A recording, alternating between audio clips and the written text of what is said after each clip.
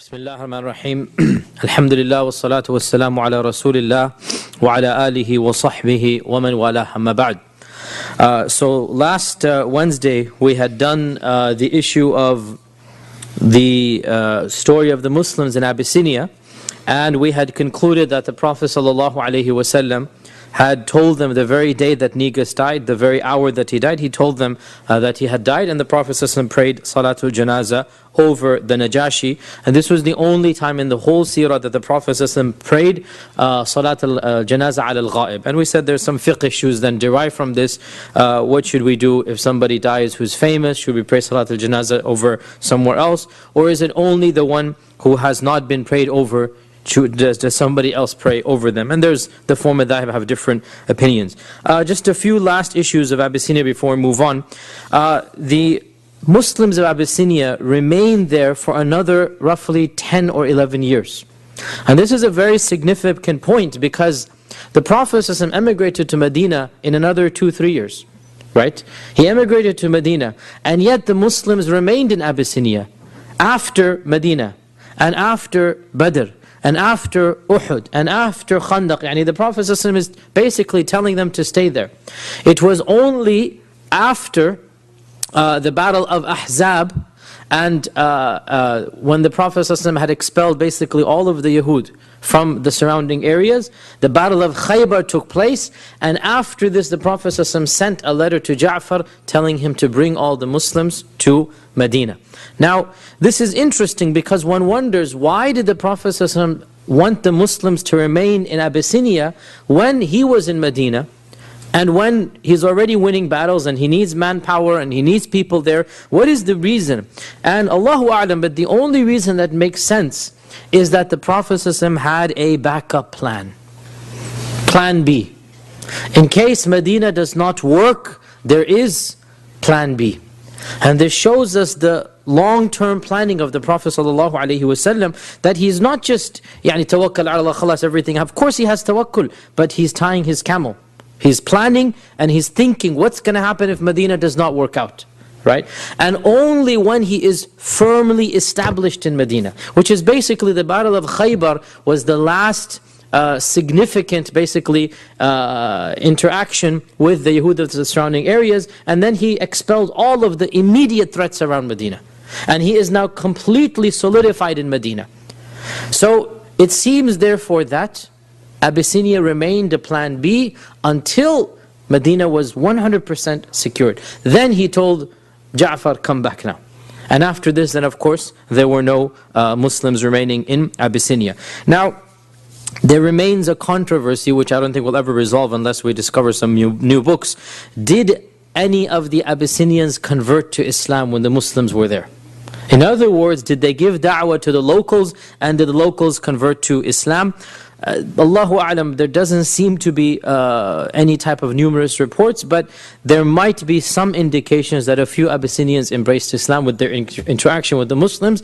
But for sure, and we have to be frank here, Islam did not pass down in Abyssinia until basically Islam conquered lands in Abyssinia, and this of course happened after another 50-60 years. So Islam did not make a strong presence just by da'wah in this land of Abyssinia. And there might be many reasons for this, but they did of course convert Najashi. Did they convert anybody else? Allahu A'lam. Maybe they did. There are some reports that indicate maybe there were some Muslims in Abyssinia, but there wasn't any large presence of Islam until Islam came back to Abyssinia and conquered it as a political power. One more incident that we need to mention about Abyssinia, and that is the fact that Ubaydullah ibn Jahsh, a cousin of the Prophet ﷺ, he passed away, he died, and his wife was Habiba binti Sufyan. His wife was the daughter of Abu Sufyan. And so Habiba then became a widow, and there was no one to take care of her in Abyssinia. And the Prophet ﷺ sent her a marriage proposal while she was in Abyssinia, and of course this is after her iddah, and he sent it through the Najashi. He sent it through the Najashi, and so the Najashi took charge of the marriage, and he was the one who gifted the mahr on behalf of the Prophet, even though the Prophet didn't ask him to do this, right? But he was the one who gifted the mahr to Habiba, and she then went back to Medina. Najashi had a delegation take her back to Medina, and she became one of the Ummahat al-Mu'mineen. We now return to the affairs in Mecca. What was happening in Mecca during this time? Notice, Abyssinia does not involve the Prophet directly. The Prophet himself never went to Abyssinia. It doesn't involve him directly. However, because it involves the Muslims who are obviously taking commands from the Prophet, it is always discussed within the realm of Sirah, even though there's no direct contact between Abyssinia and the Prophet ﷺ. What's happening in Mecca? In Mecca, two major conversions took place after the emigration to Abyssinia. After the Muslims had left to Abyssinia, the second emigration, remember we said they came back, they stayed there for a while, and then this convinced around 80 or so men to emigrate again, another 20 women. So from 14 they went to around 110, 120, right? So they went 5 times more. The number increased 5-fold. So the Muslims left to Abyssinia, and therefore, the number and quantity of Muslims went down very little. Some scholars said it was around, and they have a very precise number, 38 or 37 men only. The bulk of the Muslims had left to Abyssinia. More than 100 had gone to Abyssinia, right? So at this time, there's only 150, 180 of all of the Sahaba. So Allah Azza wa Jal then blessed 2 people to embrace Islam that caused a huge factor of safety for the Muslims. The first of them was Hamza, the uncle of the Prophet sallallahu alaihi wasallam. The story of Hamza's conversion is one of the most strange stories of conversions ever. And it is narrated that Hamza was a well-known archer. He was a well-known hunter. He would go and he would go on long expeditions, and he would, every time he would return home, the first thing he would do is that he would go to the Kaaba, do tawaf, and then go back home. This was the sunnah of most of the people of Mecca. They would respect the Kaaba. So during one of these trips, it so happened that the Prophet ﷺ was in Mecca, and Abu Jahl met him close to the mountain of Safa. And Abu Jahl was in a foul mood that day for some reason. And he just began his insults and his cursing and his shatam and his rude manners. And he cursed him like he had never cursed him before. Verbally, he didn't touch him, he just kept on cursing him and his ancestors. And the Prophet ﷺ remained silent, not saying one word back, until Abu Jahl basically got tired and went on his way. And the women of the Banu Hashim got extremely insulted, because they don't care Muslim or non-Muslim. This is, you're insulting our tribe. Abu Jahl is the Banu Makhzum, remember, right? And they are the Banu Hashim. And when he's insulting his forefathers, and him, obviously it's the Banu Hashim being insulted. So the women of the Banu Hashim got very insulted. That who does this man think he is to curse our fathers and to make fun of our member? And there was no man of the Banu Hashim close by. So when Hamza returned, some of the women began to basically taunt him, that what type of uncle are you? What type of leader are you of the Banu Hashim when your own nephew is insulted and no one stands up to defend him? Basically, where's your honor for the Banu Hashim? Doesn't matter Islam, no Islam. It's a matter of family honor, right? That we have no honor left if one of our members can be insulted. So he said, what happened? So they said, Abu Jahl stood there for 15, 20 minutes, however long, just haranguing him, just insulting him. And not one person stood up to defend. And he said this and he said that, and they narrated all that he said. And Hamza's blood began to boil. And this caused him to become so angry. And he asked, did the other people see, was this a public insult? Because it's a matter of pride for him, right? So the other people see this humiliation. They said the whole of Mecca saw it. Everybody saw it. It's a public insult. And so he basically lost it. And he marched to the Kaaba, still with his bows and arrows and hunting equipment. And he marched straight to Abu Jahl and took his bow and smacked him across the face with his bow. Caused a huge gush of blood to come out. And he said, "How dare you curse my own nephew?" And then he didn't even realize what he was saying, and he blurted out, "And I too am a follower of his religion." He didn't plan this. It was just anger. That what are you going to do now? It's a matter of, look now, I also say that I'm following his religion. And I'm upon his faith. And this, of course, shocked him as much as it shocked everybody else. He didn't even think about saying this statement. It just came out of, as the Quran says, hamiyyat al-jahiliyyah, which is basically the bigoted feeling of just ancestry.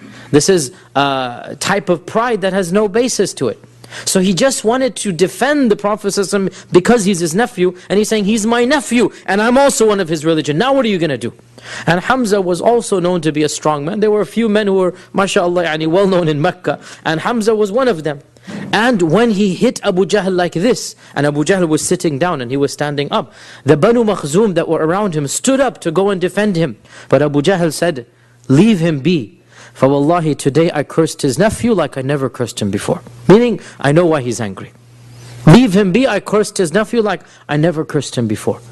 And then Hamza returned home, confused, dazed. What am I going to do now? What am I going to do now? I didn't plan to accept Islam. I don't know if this is the truth or not. And he made a dua to Allah subhanahu wa ta'ala, and he said, "Oh Allah, you know that I am one of the leaders of the Quraysh. And I have now said something that I don't know, I cannot take it back. It's too embarrassing to take back. So if this matter is true, then cause my heart to be guided to it.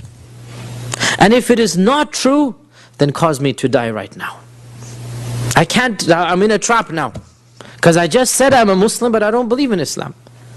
And so he made this dua to Allah, and he spent the most miserable night of his life tossing, turning, thinking what to do. And the next morning he went to the Prophet ﷺ and he said, "Oh my nephew, this is what happened yesterday." And he explained what happened. Now what should I do? He hadn't intended to convert. So the Prophet ﷺ stood up and began talking to him, admonishing him, telling him about Islam, exhorting him, convincing him of La ilaha illallah, until finally after that conversation, Hamza said, "I testify that you are a truthful person, and you're speaking the truth, and now I don't ever want to return to the paganism or the religion of my forefathers." So Hamza's conversion story was not one that initially he was sincere for Islam. Rather, he was sincere for tribalism. And it just came out, but when it came out, what is he going to do now? And so he made a dua to Allah, "If it is really true, O Allah, then open my heart to Islam, otherwise cause me to die." Well, he didn't die. And as he thought about it and the Prophet convinced him, he said, "This is indeed the truth." And of course, Hamza then became the Sayyid al-Shuhada, the leader of the Shuhada in the Battle of Uhud. In the Battle of Uhud, as you all know, he died a very tragic death, and he became the leader of the Shuhada. So when Hamza accepted Islam, this was a big boost for the Prophet ﷺ, because he finally had support from the elders of the Quraysh. He finally had this. Hamza's conversion was the senior most Qurashi to convert up until this point. I mean, he's the son of Abdul Muttalib. What more do you want, right? He's the brother of Abu Talib, the chieftain. What more do you want? So the senior most person to convert was Hamza up until this point. And when Hamza converted, Ibn Ishaq says, they had to tone down their animosity. They had to tone down the irritation of the Prophet ﷺ and the Muslims. So the conversion of Hamza was a big boost. A few days later, according to one report, 3 days later, Allah followed it up with another boost. Nurun ala nur. And that was, of course, the conversion of Umar ibn al-Khattab. The conversion of Umar ibn al-Khattab. And the conversion of Umar, along with the conversion of Hamza, it most likely occurred in the month of Dhul Hijjah of the 6th year of the Da'wah i.e. around 4 or 5 years before the hijrah, the 6th year of the da'wah. And so both of them, they converted, as we said, very short after one another. One report says only 3 days between them. And I already mentioned to you last week the story of Layla binti Abi Hathman, that when she was packing her bags and going to Abyssinia, I already mentioned the story, and she was in a very irritated mood because they're leaving their homeland. This is for the second hijrah, not the first one. The second hijrah when they have to leave again. And Umar passes by and he sees the baggage and he sees the camels being loaded, and he asks, "Where are you going?" And she says that, "You dare ask, and you have no manners. I mean, you're asking because of you we're having to immigrate. And because of your animosity, and because you have made this world so difficult for us, we have to leave our land and leave our belongings and leave our family in order to go to worship Allah subhanahu wa ta'ala in the land of Abyssinia." And she was very irritated at him and Hamza, and she was expecting a harsh response back. But for the first time she saw Hamza affected. Umar. She saw Umar affected. And Umar softened at her comments. And Umar said, "Has it reached this level? Has it reached this level?" Meaning, I didn't realize I was that bad. Has it reached this level? And he then made dua for her, and he said that, "May Allah give you barakah wherever you go." And he's actually got soft for her. May Allah give you barakah wherever you go. And so, as I said last time, when her husband came back, she was so excited. You'll never guess what happened. Umar ibn Khattab himself, he said this and said this, and then he seemed to soften up. And you know the response that her husband said, that, "Do you really think he's going to accept Islam? By Allah, his father's donkeys will accept Islam before he does." Right? And this is of course his perception of what would happen. But he didn't know that the Prophet ﷺ had made a dua to Allah. And this dua is narrated in Sunan al-Tirmidhi, that Ibn Umar ibn Khattab's son, Ibn Umar says that the Prophet ﷺ had made a dua to Allah. "Allahumma a'izz al-Islam bi ahabbi hadayn al-rajulayn ilayk, bi Abi Jahl aw bi Umar ibn al-Khattab." The Prophet ﷺ had said, "Oh Allah, bring glory to Islam with one of these two men who is the more beloved to you, either Abu Jahl or Umar ibn al-Khattab." And these two men were the most severe enemies to Islam. And these two men were also of the physically most powerful, and also in terms of lineage the most powerful. So the Prophet ﷺ said, "One of these two, oh Allah, give him to me, the one who is more beloved to you." And Ibn Umar said, Umar was the one who was more beloved than Abu Jahl. And indeed it shows us that guidance is from Allah subhanahu wa ta'ala. These two people were beyond hope. Nobody could ever have imagined that either could convert to Islam, and Allah subhanahu wa ta'ala caused the heart of Umar to come to Islam. We should never give up hope for anybody. We should never just pass a stamp and a verdict that khalas. No, Allah knows best, and Allah knows whose heart has some good in it. And it also shows us as well that there's no denying that people of influence and people of power have more of an impact upon the masses than other people. And therefore it is also a sign of intelligence to talk to them, concentrate upon them. Of course, not to ignore the others, but it's a sign of intelligence. The Prophet is making dua specifically for these two people. There's a reason for this, right? Because the masses, by and large, look up to certain people. And if one of them converts, if one of the symbols or leaders of a society converts, it brings about a sense of recognition, a sense of peace, a sense of ease. I mean, here in America, there is nobody who has done more positive image for Islam than Muhammad Ali, the boxer. Nobody in the last 40 years, and nobody can do except a person of that figure. Right? Because this is a person who's beloved, a person who everybody admires. And then he basically publicly converts to Islam and shows the people this is what Islam is. You can have 1,000,000 scholars, they're not going to do what Muhammad Ali did. Right? This is just the reality. And it is wise for us to then concentrate on this and to realize that there are people who will have a bigger impact on communities than other people. And so Allah Azza wa Jal guided Umar ibn al-Khattab to Islam. And of course Umar's conversion, it was a watershed moment. It was a black and white, it was a day and night moment. Ibn Mas'ud said, when Umar ibn al-Khattab was on his deathbed, Ibn Mas'ud said, "We have ever remained in izzah since Umar has converted up until now. We have ever remained in izzah. From the time of Umar's conversion up until his basically khilafah." And of course his khilafah was truly the pinnacle of the Muslim Ummah.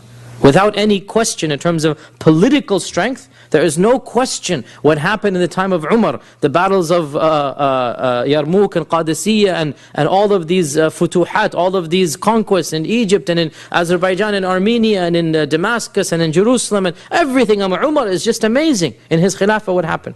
So when he was about to pass away, Ibn Mas'ud said, we have ever remained in izzah. Ever since Umar converted to Islam, we were not even able to pray in the haram.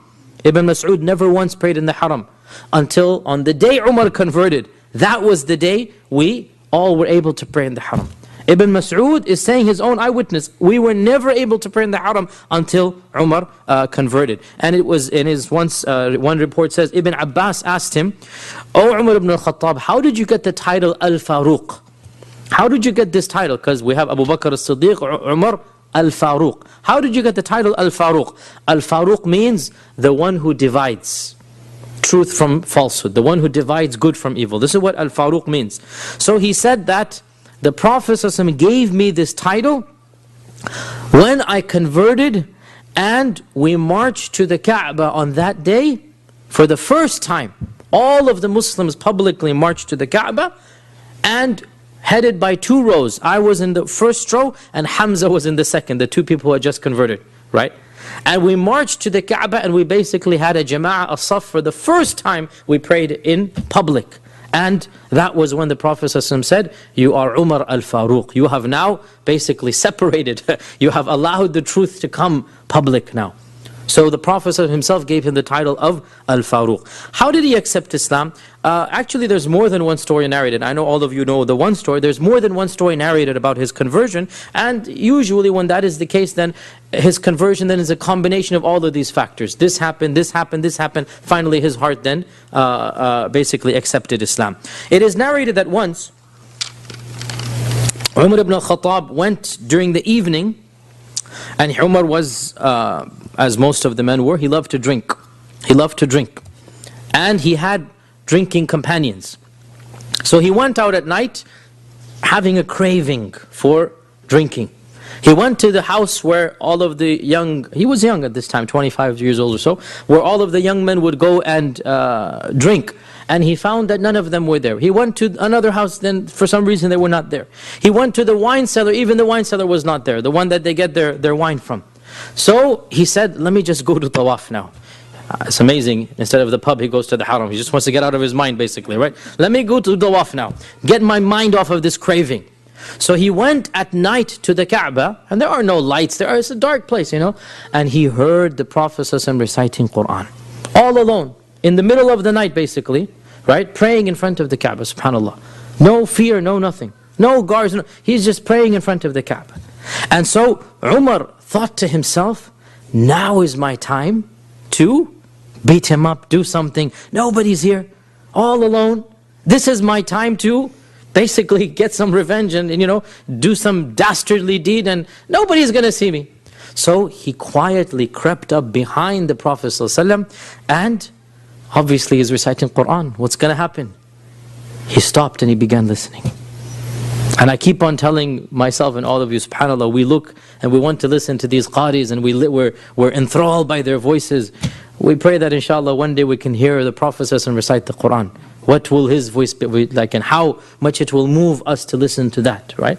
So Umar had never actually stood and listened to the Qur'an. I mean, they're all just busy hating to actually, and this is, you know, people just want to hate. They don't want to listen.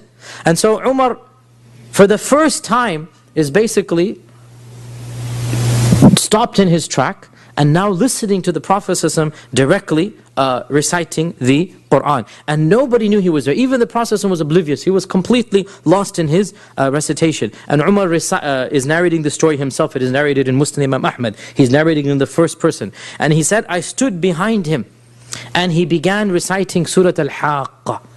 الحاقة ما الحاقة ما أدراك وما أدراك ما الحاقة كذب ثمود وعاد من القارعة.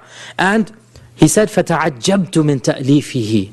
I was amazed at the rhythm, the sequence. And wallahi, as every surah, but especially these Meccan surahs, the Meccan surahs, they are just powerful. The Madani surahs are eloquent in a longer style way. But the Meccan surahs, you all know, the small verses, each one is like a upper right and upper left, one after the other.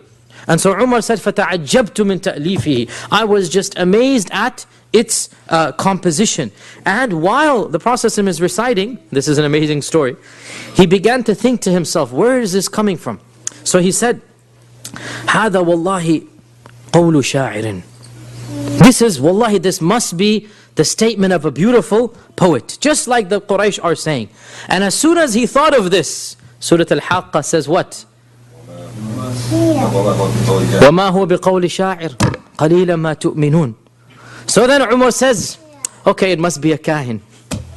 It must be a sorcerer. What is the next verse?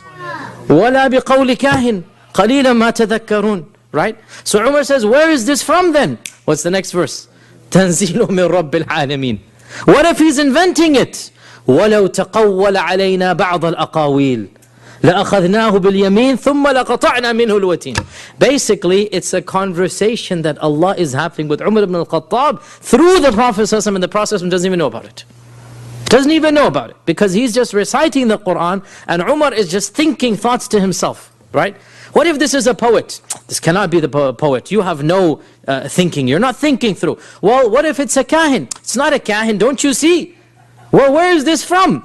It's from Allah Azza wa Jal. تَنزِيلٌ مِّن رَبِّ الْعَالَمِينَ. What if he's inventing it? If he were to invent anything and ascribe it to us, we would hold him by the right hand and cut off his jugular vein. He would never dare ascribe anything to Allah subhanahu wa ta'ala. So basically every doubt Umar is thinking, Surah Al-Haqqa is responding back to at that very time, until he finished the whole surah. And Umar ibn al-Khattab said, that was the first time Islam entered my heart and took over it. He didn't accept yet, but that was the first time that he became a little bit sympathetic to Islam. And he didn't do anything to the Prophet ﷺ, and he went back home. Then of course the famous story happened that all of you are familiar with, that one day the people of the Quraysh were sitting around and Umar was with them. And Abu Jahl once again began his tirade against the Prophet ﷺ. And Abu Jahl said, this man has done more to insult our fathers and gods than anybody else. He has cursed our religion. He has said that anybody who worships idols will be punished and going to hell. This means our forefathers. He is making fun of our forefathers. Who will finally rid us of this man? And by the way, there were multiple assassination attempts, multiple talks of killing the Prophet ﷺ. And of course, towards the end, it got more and more and more. And that's why he had to make hijrah. So this is one more talk like this in the 6th year of the hijrah, 6th year of the da'wah. Abu Jahl says, by Allah, anybody who succeeds in doing it, I promise him 100 camels, red and black, the choicest colors. And as I said, red camels actually means dusky brown. That's what they called red camel. Not a red like we have red. There is no such thing as a red camel. But by red they mean the camel, the color that we think of when we think of a camel. They called that a red camel. And then of course, black camels were also prized. These were the two most expensive camels. So he said, I'll give him 100 camels, red and black. And I'll also add 100 uqiyya, pouches of silver. Basically, I give my entire wealth, whoever goes kills this man, a'udhu billah. So Umar now got greedy and said, well, let me go do it. Khalas, this is a good amount of money, let me go do it. And so he went back home, he took his sword out, and he walked with an unsheathed sword. As you all know the story, he walked with an unsheathed sword. And here the riwayat of Ibn Ishaq and others say that a number of things stopped him along the way.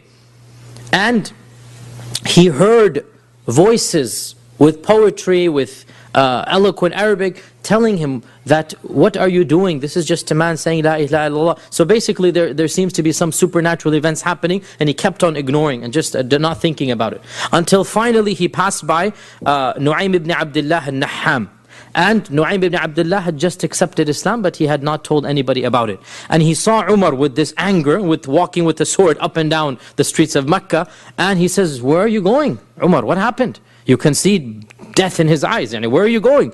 And so Umar ibn Khattab said that enough is enough. We have been cursed too long and our ancestors have been ridiculed. I am now going to kill this man, Muhammad. So of course Nu'aym panicked because this was Umar ibn Khattab. He's going to kill the Prophet.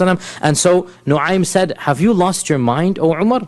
Do you really think that the Banu Abd Manaf, the tribe of the Prophet, the Banu Abd Manaf, the Banu Hashim, will allow you to walk on the face of this earth after you kill one of their own? You're not going to live any longer. And if you really want to do something, go back and fix your own family first. What do you mean, fix my own family? Don't you know? No, what do you mean? Your own sister and your own brother-in-law have accepted Islam. Why are you going to the Prophet says, go fix your own family first. Now Nu'aym, of course, he's thinking, let me just get him off the back of the Prophet. He's not going to harm his sister, is he? So go to your own family, get him off the way, let him calm down. When Umar heard this, he became even more enraged, because this is now a slap on his face. This is insulting. My family has converted, my sister has converted to the faith. No way. And so he marched to his sister's house in anger, and as he came close to the door, he heard the recitation of the Qur'an. He heard the recitation of the Qur'an. Because the Prophet ﷺ, every time somebody converted, he would be assigned a teacher. He would be assigned a teacher. And so they had assigned Khabbab ibn al-Arat. We talked about his story before. The slave who had been burnt by his master, his slave, the lady who owned him. So Khabbab had been assigned to Fatima bint al-Khattab, that's his sister, and her husband Sa'id ibn Zayd. And this is the Zayd that is Zayd ibn Amr ibn Nufayl. This is the Zayd ibn Amr ibn Nufayl. Who remembers Zayd ibn Amr ibn Nufayl? One of the Hunafa. One of the people who had stopped worshipping idols, right? And he had died 5 years before the coming of Islam. And the Prophet ﷺ said, I saw him in Jannah. He was his own man, his own ummah. He didn't have any ummah because he's his own ummah. He stopped worshiping. This is his son, Sa'id ibn Zayd. And Sa'id ibn Zayd had married Umar ibn Khattab's sister. Okay, so this is the husband-wife couple, and the Prophet has assigned them Khabbab ibn al-Arat. By the way, subhanAllah, this shows us that even in times of persecution, education of Islam was paramount. Even in times of hiding like this, you needed to know your faith, and you needed to be assigned a teacher to learn the faith. And subhanAllah, this shows us how important it is to know your religion, to know the Qur'an. Without knowledge, you have no Islam. Even in this persecuted time, the Prophet had an educational program up and running. Somebody converts, he's assigned a teacher. And the teacher goes and teaches him how to pray, how to fast, how to read the Qur'an. And subhanAllah, this was at the time of persecution. Fast forward to 2011, 2012 in America. Somebody converts, we all come and hug him and Jazakallah, and then khalas, never hear from him again. Wallah, it's a sad state of affairs that we don't have any sense of community, any sense of taking care of those who convert, whereas those in the time of the Prophet, in this persecution, complete secrecy. And there is clearly an educational program. Clearly, there must be people in charge telling off, you get this, you get that, come here, go there. SubhanAllah, it's just amazing if you think about it, right? So Khabbab was there teaching them the Qur'an. And Umar is hearing this as he's walking to the door. And so Umar barges up, began slamming on the door. And he hears scurried sounds that Khabbab is being put in the closet. And Fatima took the Qur'an and basically almost sat on it. She put her skirt on top of it so that she wouldn't see, he wouldn't see there was a copy of a parchment, or maybe it was written on stone. We don't know what it was written on. But in those days, they didn't have paper, as you know. So something is written on it. Maybe it's most likely, it would be some type of stone or tablet. So she puts it on the bed and then puts her skirt on top of it. Basically as if she's sitting on it almost, right? So that Umar doesn't see. Come in, come in. What are you doing here at this time of the day? What was this noise I heard? This humming and drumming, what was this? She said, no, you didn't hear anything. She goes, by Allah, I know what I heard. And rumor has reached me, or I know now that the both of you have accepted Islam. I know it has been told it. And they began to deny it, and Umar is already enraged, and he took a step forward to basically punch Sa'id, his brother-in-law, to punch Sa'id ibn Zayd. And when he took this step forward, Fatima stood up to try to stop him. The blow landed on her forehead instead of his. And when he punched her, her lip basically burst open and the blood began to flow down. And when this happened, the both of them became enraged. And they said, yes, so what? Do it as you please. If'al ma bada lak. Do as you please. We can't beat you. You're sorry. Do as you please. We have accepted Islam. And we believe in the Prophet ﷺ. Now when he saw the blood and he saw the sincerity, really that's all it is, the courage from both of them, again his heart softened. And again we see Umar had a harsh side and he had a soft side. And this continued throughout basically his khilafah as well. Umar is known as a really harsh man, but inside he has a soft heart. Right? He was a very strict and stern person, but inside he had a very merciful and tender heart. And so when he saw his sister bleeding, again he calmed down. And he said, let me see what you were reading. Perhaps you remembered al-haqqa that he had heard before, Let me see what you were reading. And his sister got worried that, what do you mean? We don't want to give, because the Quran needs to be respected. We don't want to give you the Quran. He goes, no, I swear, I am not going to do anything except read the book. And Umar was one of the few who could read and write. Umar was an educated man. He could read and write. So she said, as you know, that you are a mushrik, you are a pagan, and you are not allowed to touch the Quran until you have purified yourself. And this shows us that even in this early stage, the people knew that the Quran, the book of Allah Azza wa Jal, is a special book. You need to even have wudu to touch it. It's that special that you need to be physically clean to touch the Quran. And so Umar said, let me quickly take a ghusl. He went to the corner of the house where they took it, and he took a ghusl and he came back and he read Taha, as you know, and Islam then entered his heart. And he knew that this was true. And so he asked Sa'id, where is the Prophet ﷺ now? And so Sa'id saw that his eyes had completely calmed down. He wants to convert. Where is the Prophet ﷺ? Sa'id said, he is in the house of Al-Arqam. He's in the house of Al-Arqam, and nobody knew this. This was top secret. He is in the house of Al-Arqam. So the Umar ibn Khattab then proceeded to Al-Arqam's house. The sword is still in his hand, because he hasn't let go of it. And he goes to the house of Al-Arqam, and he bangs on the door of Al-Arqam's house. One of the Sahaba stand up to go see who it is. And he looks through the holes of the door, and he sees Umar with the sword. And he comes back in trembling. Says, Ya Rasulullah, Umar ibn al-Khattab is outside with a sword in his hand. And Hamza, of course, had just accepted Islam. He's in the room as well. So Hamza says, let him in. For if Allah wants good, he's going to accept Islam. And if Allah wants other than this, then the very sword that he's holding will be the end of him.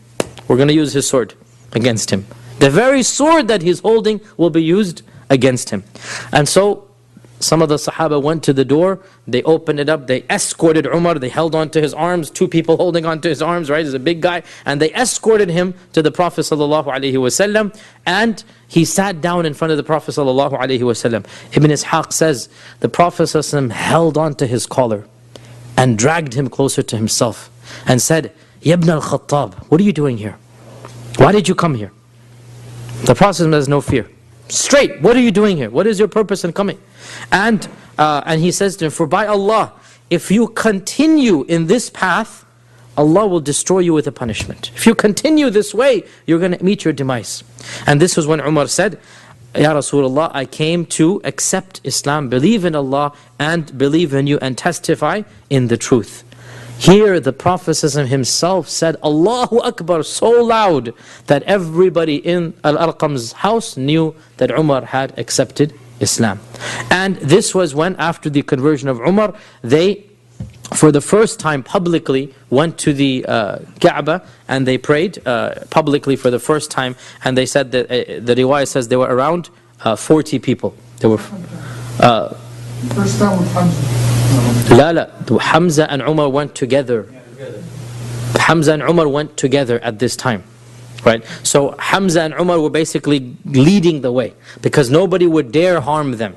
These were the two people, they had just fresh converts, right? As we said, 3 days apart, nobody would dare harm them. And it is, many stories are narrated about his conversion.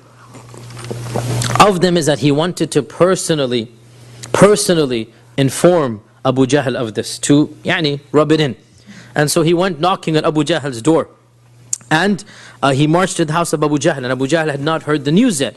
And Abu Jahl opened the door, he saw Umar ibn al-Khattab, he said, Ahlan wa sahlan, welcome, what has brought you here? So Umar said, I have come to personally inform you that I now believe in Allah and in His Messenger, and I am now upon the religion of Muhammad sallallahu alaihi wasallam. So Abu Jahl slammed the door in his face and said, "May Allah curse you and what you have come with." And this shows the bravery to march to the house of Abu Jahl. And Umar ibn al-Khattab said, who is the one who cannot keep any secret? Who is the one who's the most rumor monger, the most tattletale in all of Mecca? So somebody said, oh, that is Jamil ibn Ma'mar al-Jumahi. Jamil ibn Ma'mar was the tattletale, the gossiper. Everybody knows he's the town gossiper. So he went to Jamil directly. And he said to Jamil, do you know, I have a secret. Do you know?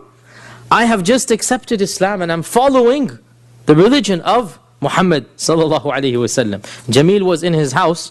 He jumped up, barely grabbing a garment to cover his nakedness, and rushed outside because he wants to be the tattletale, right? And he wants to go tell the people of Mecca. He began screaming in the streets of Mecca before he gets to the Kaaba. And he's screaming along the way, "O people of Mecca, O Quraysh, Umar ibn al-Khattab qad saba'a." Saba'a is what they called accepting Islam, because there was a religion at that time called Sabianism, and they would say that anybody who left the religion of idolatry had become a Sabian. So qad saba'a, and Umar gently corrected him, no, I haven't become a Saba, I have aslamtu, I have accepted Islam. And it is said that on that day a number of people came to Umar ibn al-Khattab publicly in front of the Kaaba and tried to have a number of fights and jostle and shoving with him, until finally it is said that Al-As ibn Wa'il, the father of Amr ibn al-As, the famous Amr ibn al-As, Al-As ibn Wa'il came and he said, what is the matter with you? Let this man be. If he's chosen a path different than yours, it's none of your business. So basically common sense. This is Amr ibn al-As's father. And so Amr ibn al-As's father, Al-As ibn Wa'il, gave him protection and let him be. And of course there are so many blessings of Umar ibn al-Khattab. One of the most authentic and simplest blessings narrated by Bukhari, the Prophet ﷺ said that there were people before you who were communicated with. That's what it says. Muhaddathun. Who were communicated with, meaning by the angels. But they were not prophets. There were people before you, angels would communicate to them, but they were not prophets. If there is anybody in my ummah like this, then it is Umar. If my ummah has this type of person, then it is Umar. And Umar ibn al-Khattab's blessings go on, and it is enough of a blessing, as we said, that you see what happened in his khilafah, and you see the izzah of Islam and how strong Islam became. Islam quadrupled in size in the time of Umar ibn al-Khattab. Abu Bakr saved Islam by preserving the Arabian Peninsula. But he didn't really, Allah just will. We needed the Abu Bakr to basically solidify, or else it would have fragmented. Umar came and then it literally quadrupled in his time. And Uthman's first 6 years were just a continuation of Umar's policy. So with these two conversions, the Quraysh really felt threatened. Two things that happen now that is just astounding. Number one, the bulk of the Muslims have fled to a foreign land. And this is humiliating. It is threatening because they don't know what they're going to do over there. They're out of their power. Number two, two of the most promising men of their town have converted. And so this caused them to really come together and think about what they would do. And it is said that in the 7th year of the da'wah, we don't know an exact timeline for this, in the 7th year of the da'wah, all of the Qurashi tribes came together and discussed what needed to be done until they agreed, we need to kill Muhammad. That's the only thing on their minds, to kill. They need to kill Muhammad. And they said, how can we do it? The Banu Hashim are not going to give him over to us. So they said, we will offer whatever blood money. Open check, blank check. Whatever blood money they want, we'll offer it. And we'll even concede to them that none of us will kill him. We'll get some other tribesmen, pay him, and then do the job. Right? But they must hand over Muhammad ﷺ to us. So, for the final time, they went to Abu Talib. They had done it many years before. They had given up. Now they're coming as a delegation again. And they say to him that you do not have any choice in the matter. Either you will hand over Muhammad ﷺ and we will give you whatever blood money, and none of us is going to do the job, it's not going to be a Qurashi, or we will have to cut you off from the Quraysh. Again, this is unprecedented. In all of Arabia, this had never happened once before. How are you going to cut us off? We're blood relatives. None of us will allow you to get any food and water. We will boycott you. We will cut off our marriages with you. If anybody is married to one of us, our daughters, we're going to cut him off. And if it's our sons, he's going to divorce. So no marriages and no money and no business transactions. Any of us who owns a business, we're going to tell him that he cannot buy and sell anything for you. Food, water, drink, nothing. It was a boycott. And when the Quraysh came to Abu Talib like this, Abu Talib himself became furious. And he said, do as you please, I'm not going to hand my nephew over to you. And most likely voluntarily, one report says they were forced, but most likely voluntarily, Abu Talib therefore decided that if we're not going to be able to buy and sell in Mecca, we're not have any access to the shops of Mecca, then let us go and live elsewhere. And so they emigrated to, not even immigration is called, they basically imposed a type of exile from the city, and they moved to some of the valleys that Banu Hashim owned, and they were called the valleys of Abu Talib, Shi'bi Abi Talib. And that's because the Banu Hashim had basically claimed some valleys as their own. I mean, outside of Mecca is empty land. Nobody's going to, so every sub-tribe had basically said, this is our camping ground, this is our hunting ground. So they owned some valley, or it was basically claimed by them. And so Abu Talib then left to live in that valley, and every single person from the Banu Hashim and the Banu al-Muttalib, these are the two twin tribes, or the two cousin tribes, basically the Banu Abdi Manaf, so the great-grandfather of the Prophet, all of his sub-tribe. So the Banu Hashim and the Banu al-Muttalib, they voluntarily went into what is called the famous boycott. And this is the incident of the boycott. And in order to solidify this, the Quraysh came together and wrote a pact amongst themselves. They wrote a treaty amongst themselves that everybody has to uphold this treaty. What is the treaty? Nobody will buy and sell to the Banu Hashim. Nobody will marry into or from the Banu Hashim. Nobody will basically socialize with the Banu Hashim.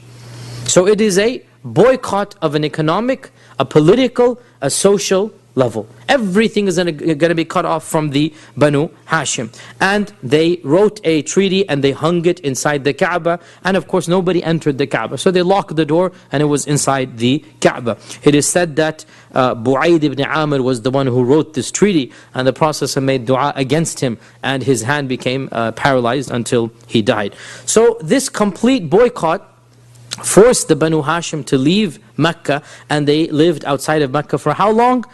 Some say 2 and some say 3 years. There doesn't seem to be, one of the interesting points, and it's also sad for us, we don't have too much information about this period. Why not? For many reasons. Firstly, who lived from this time until way after Medina to tell us what happened? There were very few people, right? Bilal has a few reports, Ibn Mas'ud has a few reports. Otherwise, who lived? Secondly, as we all know, bad memories, we tend to just gloss over them. We don't narrate them in detail. We don't want to think about these things. So those who went through this time, they didn't narrate that much about what happened. It was a very difficult and traumatic time for them. And so for 2 or 3 years, they lived in this abandoned, basically, valley, eking out an existence, getting rainwater, eating from the shrubbery and the leaves.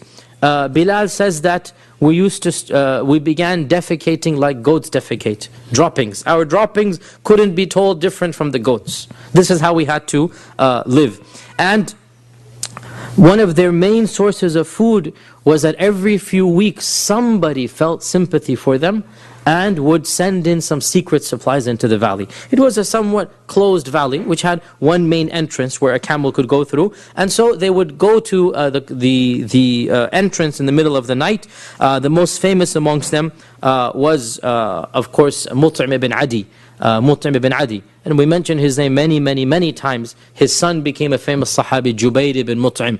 But Mut'im died before the Battle of Badr. Mut'im did not see the Battle of Badr. He was alive up until the Hijrah. Right after the Hijrah, by a year, he passed away. Mut'im ibn Adi was one of the most sympathetic non-Muslims ever. And the Prophet praised him in many ahadith. We mentioned this of them. After the Battle of Badr, he gave the famous phrase. He said, if Mut'im ibn Adi were alive, and he spoke to me about these captives I have, all of the people of Badr, 70 captives, I would have handed them back to him without any question. No ransom, no nothing. If Mut'im just asked me, I'd hand them all back to him.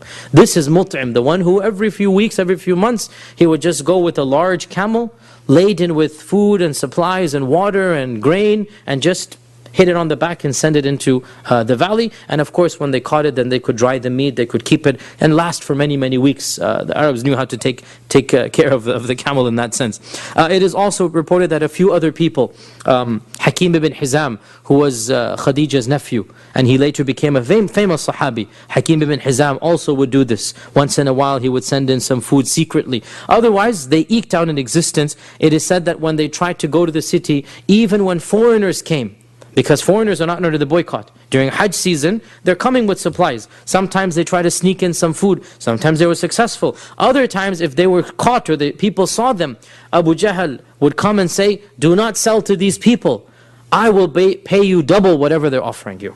I'll pay you double. Because those people are not barred, right? It's only the Quraysh who are barred from selling to the Muslims. So when a foreign businessman came, even then Abu Lahab would say, or Abu Jahl would say, don't pay anything. I'm going to pay you double.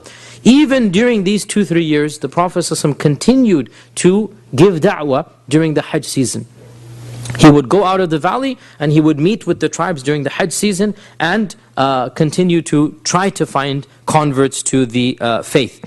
When did and how did the boycott stop? As we said, the boycott probably lasted 2 or 3 years. And a number of incidents happened that brought about its conclusion. The first of these is that the Prophet ﷺ made a dua against them and said, "Oh Allah, send upon them a famine like the famine of Yusuf." That bad. Send upon them a drought and a famine like the famine of Yusuf. And so the famine became so bad for the people of Mecca that they were forced to eat carcasses and to chew on dead animal skin. They had nothing else left after that time, and they realized this was because of the dua of the Prophet ﷺ, and they sent some messengers to try to bring about some reconciliation. The second incident, and again all of these things shows that 2, 3, 4 things happen at the same time. The second incident is that some of the people of Quraysh whose hearts were softer, we already said this, some of their names, they decided that they should do something to break the pact. And so the main one here was Hisham ibn Amr, and Hisham ibn Amr was the grandson of Abdul Muttalib through his mother. His mother was Atiqah. His mother was Atiqah, binti Abdul Muttalib. So his mother is the aunt of the Prophet ﷺ. So the Prophet ﷺ is his cousin through his mother. So his mother's brother is Abdullah. So Hisham ibn Amr felt that he needed to do something. So he called his friend Zuhair ibn Abi Umayma, and they said, what can we do to bring about an end to this boycott? So they said, first thing we need to do is to bring about all of the people who are sympathetic, get them together. It's common sense. Get some strength together. So they thought, who can they invite? And they invited the people whom we mentioned, Mutim ibn Adi, number 1 on their list. Mutim ibn Adi, let's bring him in. Abu al-Bukhtari ibn Hisham, other people, 3, 4, 5 people whom they knew did not like the boycott. Strength in numbers as always brings you that strength. And then they said, what can we do? What plan can we do? So Zuhair said, I have a plan. Tomorrow, when all of the people are in the gathering of the Quraysh, in the Nadi, in the parliament, this is what we're going to do. So he laid out a plan. The next day, they went to the Kaaba and they all seated where they usually sit. Everyone goes to his place in this corner, that corner, that corner. Then Zuhair stood up and he began asking, and Zuhair was the one who was the farthest removed genealogically, so the least doubt will be about his niyyah, about his intention. Yani if Hisham had stood up, they're going to say, you're his cousin, who are you? So Zuhair is a bit farther away. So Zuhair stood up and he said, for how long are we going to starve our own kith and kin to death? This is a evil thing that we have. So he's brave, he's basically speaking the truth, right? Abu Jahl became furious. Who do you think you are? We all agreed to this treaty. So when he said this, Hisham stood up. No, I didn't agree. You agreed. This is your idea. What do you mean it's my idea? We had a meeting here. Mut'im stood up. No, we didn't. This was something you forced on us, right? I didn't force it on you. We all agreed. Then the fourth one, Abu al-Bukhtari stood up, right? So one by one, every single person planted strategically around the Nadi is basically publicly challenging Abu Jahl. And Abu Jahl did not have anybody to support him to that level, because he was the one who was the most antagonistic, right? And so Abu Jahl realized something is wrong. People are just standing up one after the other. And he said, Wallahi, this is a plan that all of you have hatched. This is a plan that all, and that was true. Right? It was a plan they had all had. This is a plan that all of you have hatched. But of course they didn't confess to this, and it seemed as if the public support had now shifted away. And then the final thing happened that of course completely turned the tide. One day the Prophet ﷺ went to Abu Talib in the Sha'b, in the valley, and he said that, "Oh my uncle, Allah has informed me that the treaty that they wrote has been eaten up by termites or ants, except for the phrase Bismik Allahum, just in the name of Allah. The whole treaty has, now the Kaaba is locked up, nobody goes in. And if the termites are on the paper, they should also be on the Kaaba. I mean, you wouldn't expect the termites just to go there, and how would anybody know this? And of course, it is in a sealed pouch. You know, they have a parchment, they seal it up. It's in a cloth and everything. So the Prophet said, Allah has told me, Allah has informed me that the whole contract has been eaten up except for Bismik Allahum. Abu Talib said, "Your Lord has told you this?" He said, "Yes, He has told me this." Abu Talib said, "I will stake my whole case on this." He said, "Yes, stake it on this." So Abu Talib then, for the first time since the enactment of the treaty, marched back with the group of basically non-Muslims of the Banu Hashim. And this shows us, subhanAllah, how strong are the ties of Jahili kinship. That even though they're not Muslims, still, it's a matter of pride. How could you have done this? There was only one coward, I forgot to mention. One coward who refused to be deprived of the luxury of living in the city, and that is Abu Lahab. Abu Lahab was the one person who basically publicly denounced, like, I have nothing to do with these guys anymore. I am now on your side. And he basically defected away, if you like, from the Banu Hashim. So Abu Jahl did not live in the boycott. He was in the city of Mecca. So the Prophet ﷺ told Abu Talib. Abu Talib went back into the haram for the first time, and he said, "Oh my people, let's forget about everything. Let's just bring out this treaty and let's see if we can reach a negotiation and deal." So they became happy that maybe you're going to agree to hand over the Prophet ﷺ. So they took out the treaty from it's still in the capsule, or still in the cloth, right? And they put it here. Now Abu Talib said, "My nephew has informed me that his Lord has told him that the treaty is no longer in existence. Everything has been eaten except Bismik Allahum. So my challenge to you is," Abu Talib stakes it all on his iman in the Prophet ﷺ telling the truth. "My challenge to you is, if that is the case, then let us be and we'll return to Mecca. And we'll ignore the whole incident basically. And if it's not, then I'll hand over him to you instantaneously. Do with him as you please."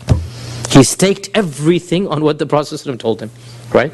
So they said, well, of course, I mean, it seems obvious to them. Why would that possibly harm them? And so they opened up the bag, they opened up the cloth, and lo and behold, there was no treaty except for the phrase, Bismik Allahum.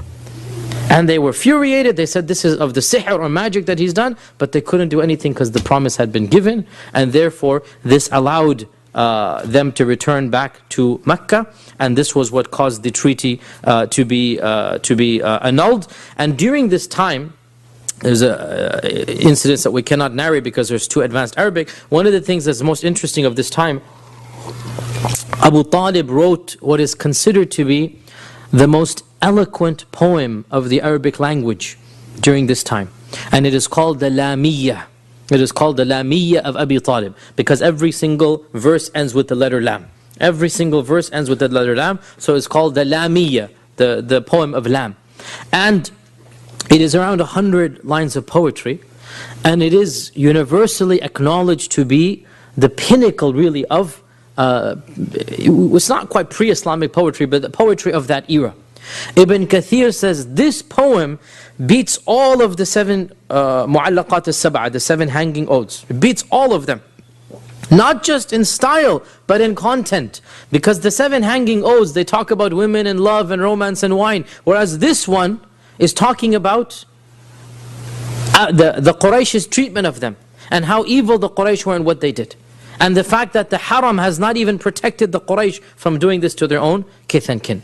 And so the content is absolutely powerful. Unfortunately, because we're giving the talk in English, and wallahi, even if we were doing it in Arabic, I challenge any Arab to read this Lami and understand it. You understand what Jahili poetry is like, right? Yani it's very advanced and very beautiful. Nonetheless, Abu Talib composed it during this time, and it is recorded. All Ibn Hisham and others record all of this poem. Some of the benefits we gain from this, and inshallah we'll open the floor for Q&A. Some of the benefits we gain, it's amazing to see the ties of kinship amongst the Banu Hashim, the Banu Abd Manaf. Even those who are not Muslim, they're going to suffer along with the Muslims merely out of a nationalistic pride, an anger that they could be treated this way. Abu Talib was not a Muslim, and he stayed there in his tent. He stayed there for 2 or 3 years. It is all a part of the wisdom in da'wah, therefore, to utilize those who have a soft spot, to take advantage of those who want to stand up for truth and justice. Here we see that 3, 4, 5, 6 people from the Quraysh, they wanted to help the Muslims. They wanted to help the Muslims. And the Prophet ﷺ took advantage of that help. Every single nation and society has some people that are mean and some people that are nice. Every religion has some good and some bad. And we take the good from the people when they offer it, and we use it against their own bad, which is what the Prophet ﷺ did, right? These were Quraysh. Not all of them were evil and mean-spirited, even if they're all pagans and idol worshippers. Some of them wanted to break the boycott. And so the Prophet ﷺ took advantage of that. And we too in this land, we're going to find people who, they have nothing but hatred of Islam. They don't want to hear anything. And there are others who want to stand up for truth, for freedom. They want to be open-minded and tolerant. And just like the Prophet ﷺ, we need to take advantage and reach out to those who are open-minded, reach out to those who want to support freedom, and use it against their own bigotry, like the Prophet ﷺ did. And therefore, from this story, we learn that the Prophet ﷺ and the Sahaba, they returned back to Mecca probably 2.5 years, because some riwayas they say 2, some say 3, probably around the 10th year of the da'wah, when the Prophet ﷺ was around 49 years old, they finally returned to Mecca. But unfortunately, as we'll discover soon inshaAllah, as we continue, Allah subhanahu wa ta'ala tested them with some of the most traumatic and troubling tests and trials at this time. The death of Abu Talib, the death of Khadija, and then the incident of Ta'if, one low after the other. This was the lowest period of the seerah of the Prophet ﷺ, and this would all be a precursor to the emigration to Medina. And inshallah, that is something we will continue talking about later on. If there are any questions now, inshallah, we can take them and then break for Salat al-Isha.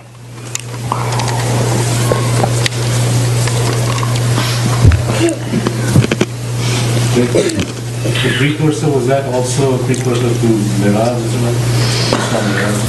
The issue of Mi'raj we will talk about inshallah as well later on.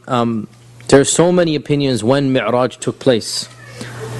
Some say 5th year of the da'wah, some say 7th year of the da'wah, some say 10th year of the da'wah, some say the last year of the da'wah.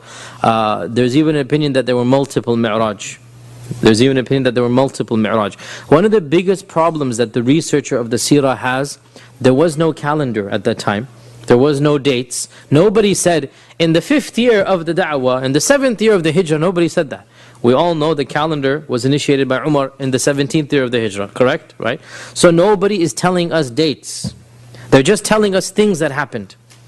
And every single book of Sirah that you read in our times is a reconstruction of many, many small tidbits narrated that the author of the Sirah book has to reconstruct. And Ibn Hisham himself is no exception. That even Ibn Hisham has to reconstruct events because he doesn't know when exactly it took place. So Ibn Hisham is one opinion. You might find another opinion in Ibn Sa'd. You might find another opinion in other books. And it is difficult to say for certain when the Isra and Mi'raj took place. Most scholars say that it took place after the death of Abu Talib and the death of Khadija and the incident of Ta'if.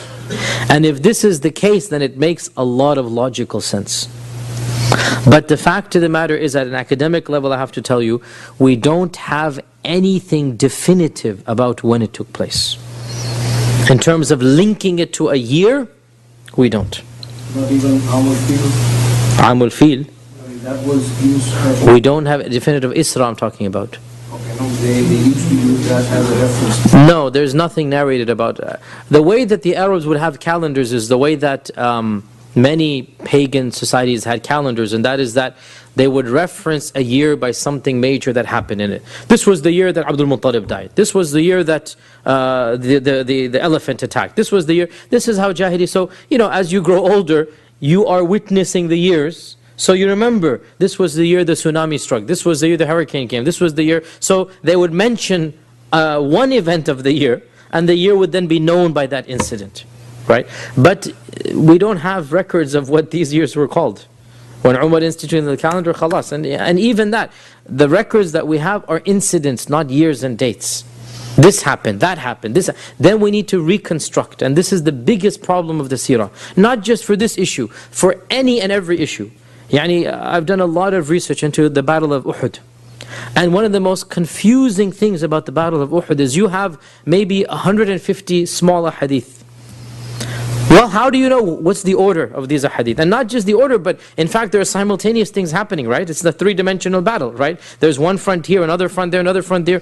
It's almost impossible, really, to state definitively. You just have to have a little bit of guesswork, a little bit of tawakkul ala Allah, you know, when you say this. And it's a very difficult thing at an academic level. Of course, at a simple level, you read a book of Sirah, alhamdulillah, good. But at a more advanced level, it's very difficult to try to piece this together. And I feel it is not fair to not tell you this. So I think it is appropriate that you should know academically, Isra wal Mi'raj. Of course, we believe it happened. It's mentioned in the Quran. There are so many ahadith, but when did it happen? We really don't know. If somebody were to say the 5th year of the da'wah, there would be evidence for that. And if somebody were to say the 10th, 11th year of the da'wah, there's evidence for that. Allahu A'lam. You talked about not losing faith when you talking about Islam, the message. In your experience, what is the response from people? I mean, the people who are very adversarial and we face them, and there's some who are more receptive. How do we decide, or how do we get that kind of a judgment of what's the time to stop? Because that's not always an easy thing to do. Prophet was in a different world, you know. So the question is, how do we know when to stop and when to continue? There's no doubt that we have a limited life and limited resources, and we need to prioritize. Basically, we plant seeds where there's fertile soil. There's no doubt about that. We are active where there is a room for being active. And when we find a stubbornness, a wall being put between us and the person, we feel disinclined to engage. Notice that the Prophet ﷺ, in the early phase of the da'wah, i.e. when it was private da'wah, he only went to those whom he thought would be open-minded. And he didn't even go to Abu Lahab. That's why Tabbat Yada Abi Lahab came down. He didn't go to Abu Jahl. So we need to have this sense of, well, who do we think is going to be more productive to go to? When I said we don't lose hope, I mean we don't pass a verdict on somebody and say, khalas, there's never any hope for him. There's no doubt our resources are limited. We will have to choose the people that we feel are more conducive, more open-minded. And that will be a judgment call. Even if we're wrong, our ijtihad will not be punished by Allah. We're doing our best. And if somebody comes to us, like Umar came to the Prophet never approached Umar, because he didn't think it was wise to do so. He didn't approach Abu Jahl, but he did approach many other people who didn't accept Islam. Al-Walid ibn al-Ghira, we mentioned him, right? He went to Al-Walid multiple times. Many of the other seniors of Quraysh. So we need to use our better judgment. And also, of course, there's a common sense point. Whoever you have access to, your circle of interaction is unique to you in the whole world. Nobody has your degrees of influence, right? Nobody has your circle of interaction. So you need to see what is the best way, the best time, the best methodology. And inshallah, whatever ijtihad you do, you're going to be rewarded for this, inshallah. Sisters, any... go ahead. Approach Abu Jahl multiple times. That was in the Sirah books that has been mentioned, that he approached him with the dawah multiple times. In private or with a group? Because I don't remember in private ever. Maybe there is some, but what I recall. The story was it was a rain, and Abu Jahl said, if somebody is going to come to my door and ask for something, I would give it to him. And then Prophet ﷺ, it was a story that he went and he knocked on his door and said that I would have given it, but I'm not going to accept it. It was a story which was attention. I'll have to look this one up. Allahu A'lam. I mean, from what I recall, he never approached Abu Jahl one-on-one. It was always in a gathering. But if this is true, then this is true. I'm sorry to ask you that question. Regarding Omar, for instance, he was firm in his conviction even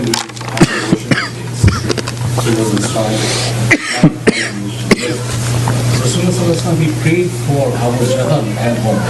Why Abu Jahl? Because these were the two most powerful, most influential people. So he is saying, oh Allah, gift me one of these two people. Gift me one of these two people. And he knew that Allah could do whatever He wants, right?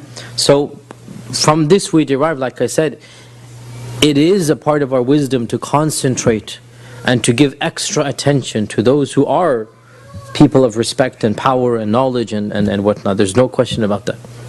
Sisters, any questions with the sisters? None? Yes, go ahead. In Hashim, although the boycott was actually against Muslims, but they went with them because they were their king. How far can the Muslims reciprocate? How far can the Muslims reciprocate? There is no clear-cut line about this, and it's something we need to leave to the scholars of every era to discuss how much reciprocation is allowed. You know, as long as the sha'a'ir of Islam are not compromised, as long as we don't have to worship false gods or do haram, right? To defend with life, limb and property, this is something the scholars will decide. That to what level can we go to? It's a very deep question, and it's a very pertinent question in our times, looking at the circumstances we're in.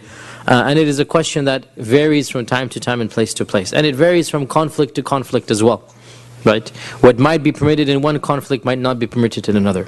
So we leave it to the scholars of that era. And I know it's a cop-out answer, but it is the truth. It's not, we cannot have a precise answer for this. At times we will defend them to the death and we expect Allah to reward us. Right? And at times it's not something that is worth our lives, and we'll just defend financially and verbally. And it depends, as we said, time to time, place to place. With this, I'm afraid